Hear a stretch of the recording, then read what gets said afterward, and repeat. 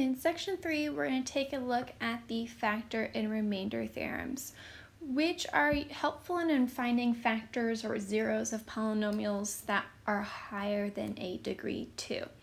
So in order to use these theorems, we're going to have to use synthetic division. So let's go ahead and review synthetic division first. So synthetic division is a method used to determine if a term is a factor or a zero of a polynomial. So if the whole entire term is a factor, then the number is a zero. So they go hand in hand with each other. Because if I divide by a binomial, the value, the number in that binomial is a zero. So let's go ahead and do an example.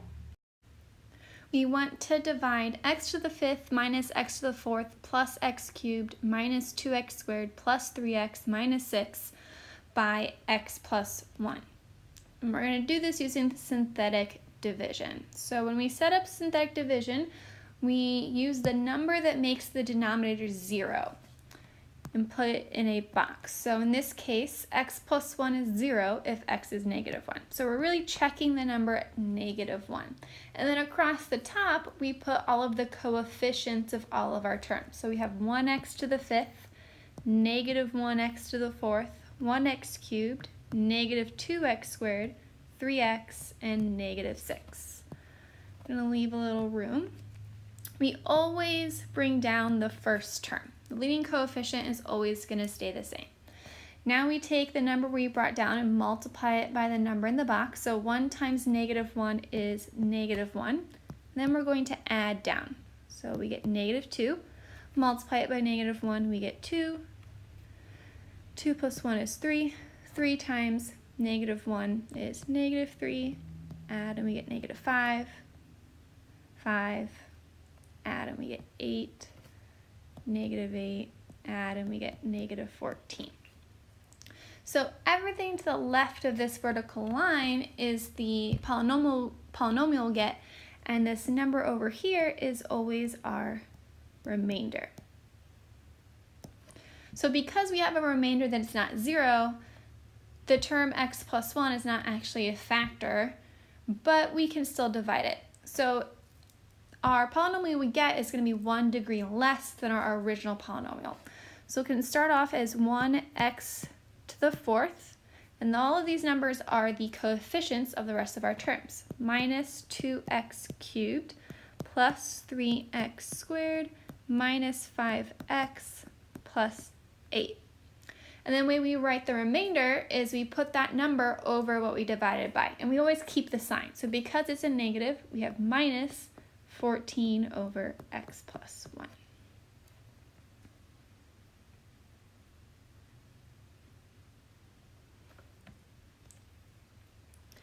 So next we want to divide 12x cubed minus 2x plus 5 by x plus 1/2 using synthetic division.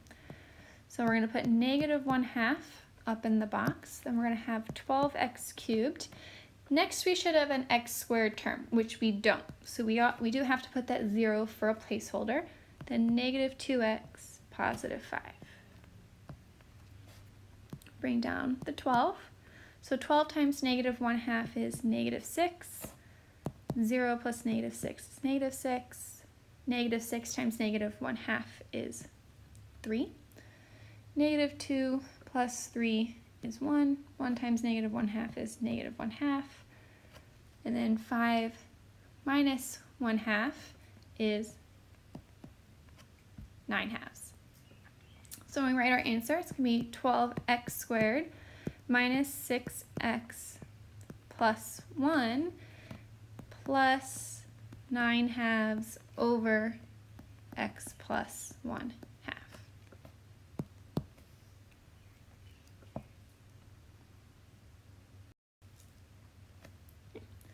So our first theorem that we're going to talk about is the remainder theorem.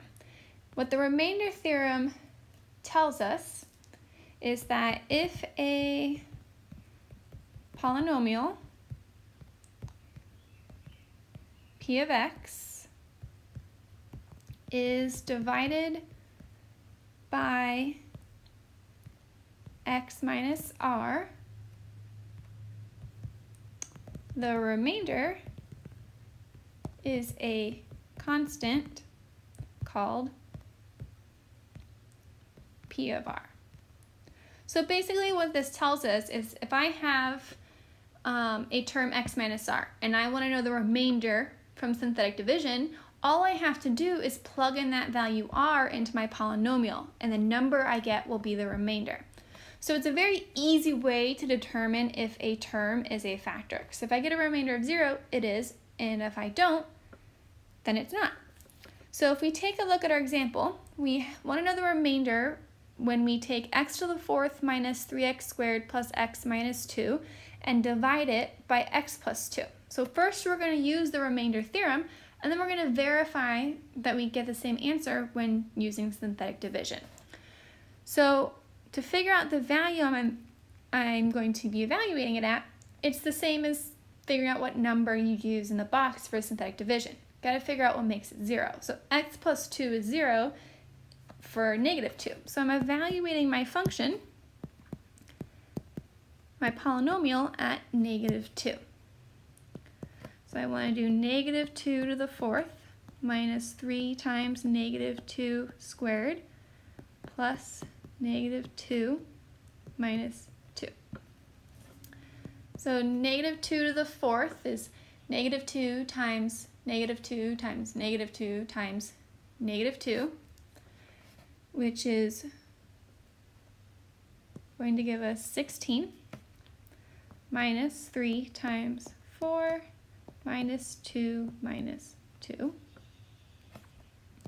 We then get 16 minus 12 minus 4, which becomes 4 minus 4. So we end up with p of negative 2 equals 0. So when I do synthetic division, I should get a remainder of 0. So now let's go ahead and double check this with synthetic division. So we put the negative 2 in our box. We have 1x to the 4th, 0x cubed, negative 3x squared, 1x, negative 2. Bring down the 1. 1 times negative 2 is negative 2. Add down. Adding, you get negative 2. Multiplying, you get 4. Adding 1. Multiplying negative 2. Negative 1. 2, 0. So our remainder was still 0, and we did get the same value.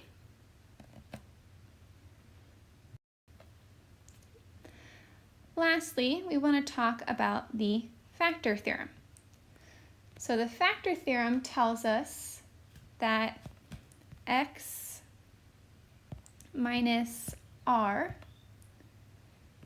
is a factor of our polynomial p of x if and only if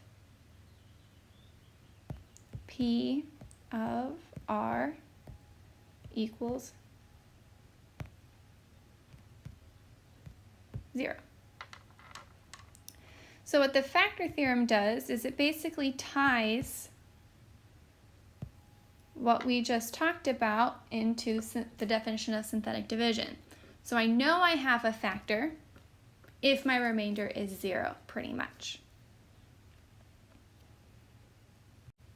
Let's go ahead and use this to test if a couple terms are factors of our polynomial 2x to the 4th plus 7x cubed minus 4x plus 15.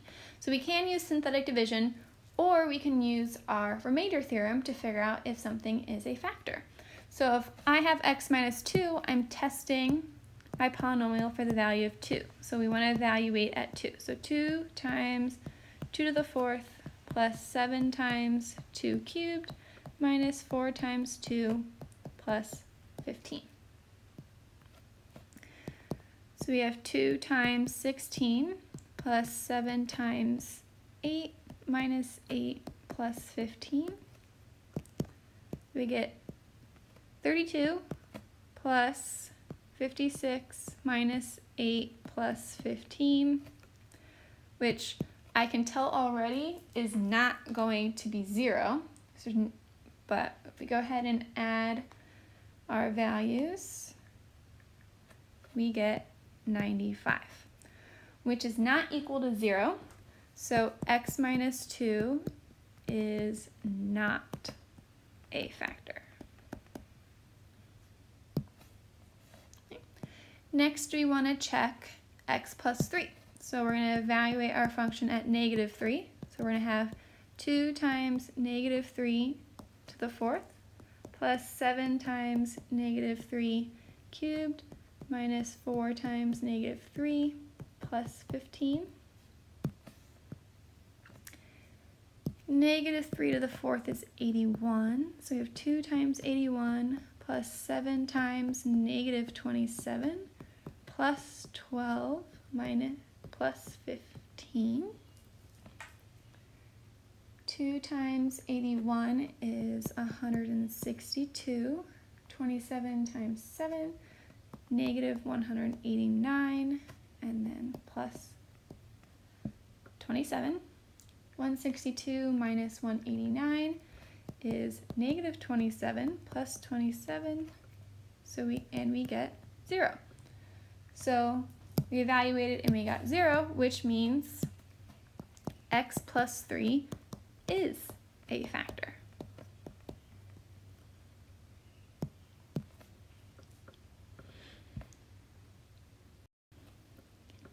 So the whole entire point of talking about the factor and remainder theorems is to find zeros of a polynomial. And so we're going to talk about what we've learned so far about r being a 0. If I evaluate my function at r, I get 0, so f of r equals 0. That also means that r comma 0, the point r0, is an x-intercept of the graph of our function f of x. It also means x minus r is a factor of f of x. And it means that when I take my function f of x and divide it by x minus r, we're going to get a remainder of 0. So what this helps us do is find other zeros of f of x using the factor and remainder theorem. So our first example,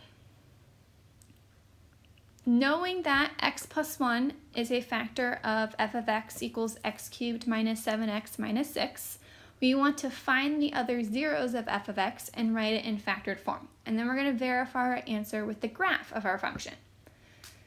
So when we are given a known factor, we want to get our function into a quadratic so we can then factor it to find the rest of our zeros.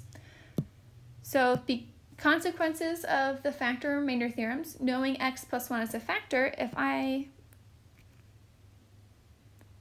use negative 1 in synthetic division, I should get a quadratic with a remainder of 0. So we have 1x cubed, 0x squared, negative 7x, and negative 6. Bring down the 1. When I multiply, we get negative 1. Add, you get negative 1. Multiplying, you get 1. Adding, you get negative 6. Multiplying, you get 6. Adding, you get 0. So I now have the quadratic x squared minus x minus 6. Now that I have a quadratic, I can factor it to find the rest of our zeros. So x squared minus x minus 6 is going to factor as x minus 3, x plus 2. So now that I have all of my factors, we get f of x equals x plus 1 times x minus 3 times x plus 2. And this also tells me all of the zeros. Our zeros are at negative 1, 0, 3, 0, and negative 2, 0, which we're going to check with our graph. So you can either open up in Desmos. And when you do that, here is the graph we get, and we can see all of our zeros, -2, 0, -1, 0, and 3, 0. The exact same we got using synthetic division.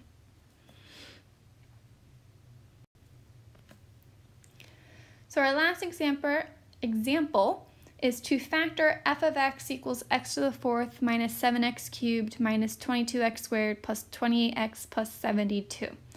And we can use the graph to help us write it in factored form. So I've inserted the picture here. So if I look, I have only 3 zeros. But this is an even function, which means I know I have to have 4. So one of them has a multiplicity of 2, and that's the one that sits on the x-axis. So we know we have zeros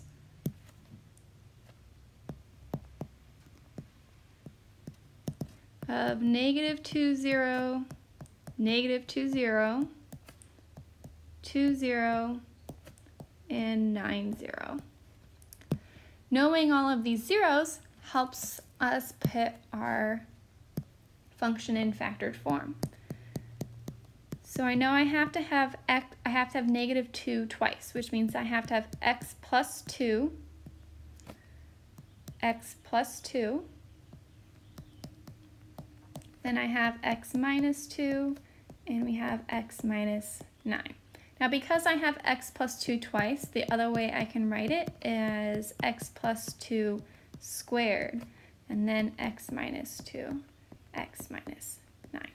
So both of these are the same way to write our original function using our zeros found on the graph. And we're going to talk about in a later section how to find the zeros without just looking at the graph. But again, that's not something we're going to talk about yet.